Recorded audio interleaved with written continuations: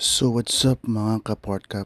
Andito po tayo ngayon sa likod ng ating barracks at kasama po natin ang ating mga ka-59. Gawa po ng sila ay merong formation at physical activity. Pero bago po sila magsimula, nanguurat na po sila ng sticker as requested po para daw sa ating mga subscriber ko no. Lalo na itong nasa unahan ang lakas ng trip. So nakapag-almusal na po ba ang lahat mga ka-Portcap? Sabay pasok ng ating SI Sim Vlogger at shout out kay SG Pakturan na naka-assign sa pedestrian.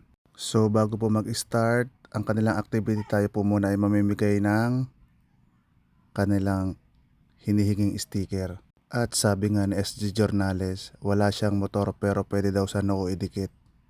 So ayun guys, nakapila na po sila para po silang pumipila sa ayuda.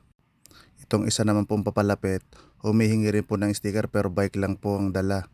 So ayun guys, masaya rin naman po palang tingnan kasi nakakapag sama-sama at nakakapag-banding ang ating mga ka-59 sa mga oras pong ito.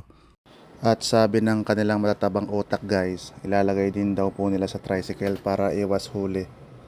Mga loko-loko talaga guys no. Pero sabay cambio guys, joke lang naman daw. Lagi ko kasing sabi sa kanila na be a responsible driver. At huwag maging abusado sa daan.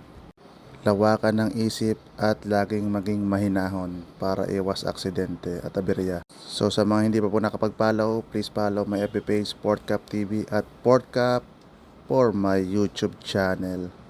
At sabay pasok naman po ng ating SIC vlogger. Ayaw po talaga nila akong tigilan guys. Ito rin po ang nag-encourage sa akin para po pasukin ang pagbablog as libangan po guys. Para siyang si Tito Boy, may question and answer portion guys, may advertising at promotion pa. Ang sabi ko naman sa kanya, i-promote niya lang yung aking FB page at bantayang mabuti yung kanyang mga tauhan.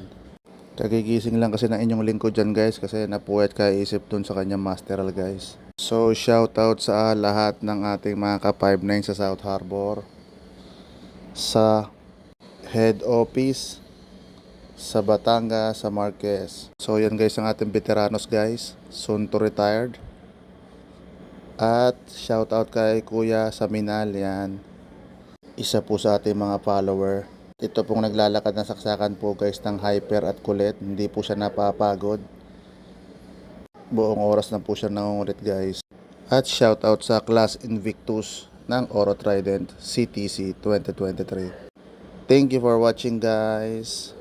God bless at mabuhay po ang bansang Pilipinas.